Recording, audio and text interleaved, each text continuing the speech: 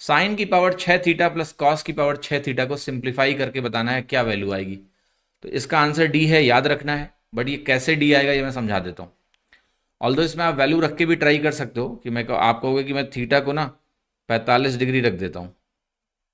अब theta 45 degree पे एक रिस्क है कि कहीं दो ऑप्शन सेम ना हो जाए, बट जिस तरह के ऑप्शन दिख रहे हैं ना, सेम होने नहीं चाहिए। क्यों? क्योंकि एक में 1 minus sign square theta cos square theta घट रहा है। अब यहां देखो 3 sign square theta cos square theta घट रहा है, तो ये दोनों सेम नहीं होंगे। यहां देखो साइन स्क्वायर थीटा, तो ये हुआ लेस देन वन। दो वैल्यू जो लेस देन वन है वो सेम नहीं होंगे। समझ में आ रहा है आपको? क्योंकि एक जगह एक गुना घट रहा है, एक जगह 3 गुना घट रहा है, तो सेम नहीं होंगे। अब दो वैल्यू एक से बड़ी हैं, तो जाहिर सी बात है वो इन दोनों से तो अलग है। और जो एक से बड़ी वैल्यूज हैं उसमें जो जुड़ रहा है वो अलग अलग जुड़ रहा है, तो ये दोनों भी सेम नहीं होंगे। यानी चारों ऑप्शन सेम नहीं हो सकते। यहां पर थीटा बराबर 45 डिग्री बिना रिस्क के आप रख सकते हो, ठीक है। बट थीटा बराबर 90 डिग्री बिना रिस्क के नहीं रख सकते हो। थीटा 90 रखोगे तो दूसरे टर्म सब में जीरो हो जाएंगे, आपको पता नहीं चल पाएगा आंसर कौन सा है, राइट। थीटा 45 रख के आप चेक कर सकते हो आपका उत्तर क्या आएगा।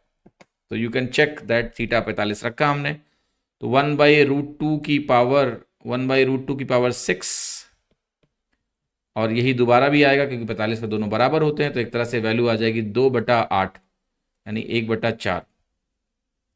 और ये आपको डी में ही मिलेगा क्योंकि sign square theta into cos square theta 1/4 के बराबर होता है।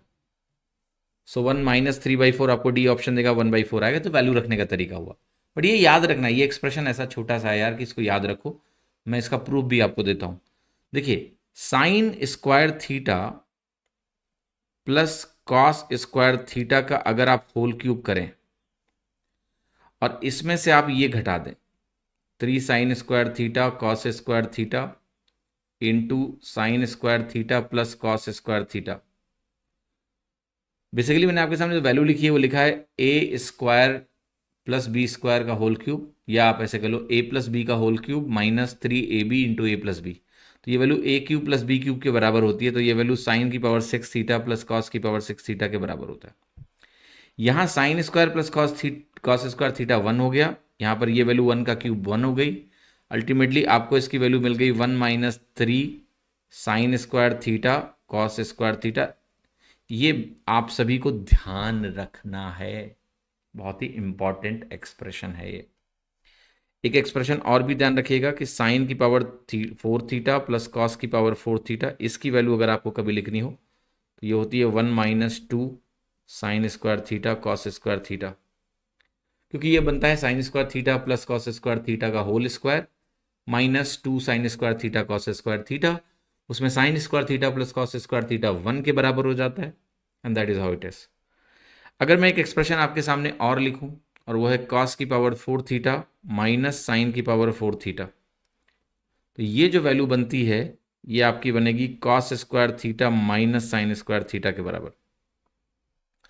क्योंकि जब आप इसको फैक्टराइज करेंगे तो एक ब्रैकेट बनेगा cos square theta plus sign square theta, एक बनेगा cos square theta minus sign square theta, तो यही बचेगा।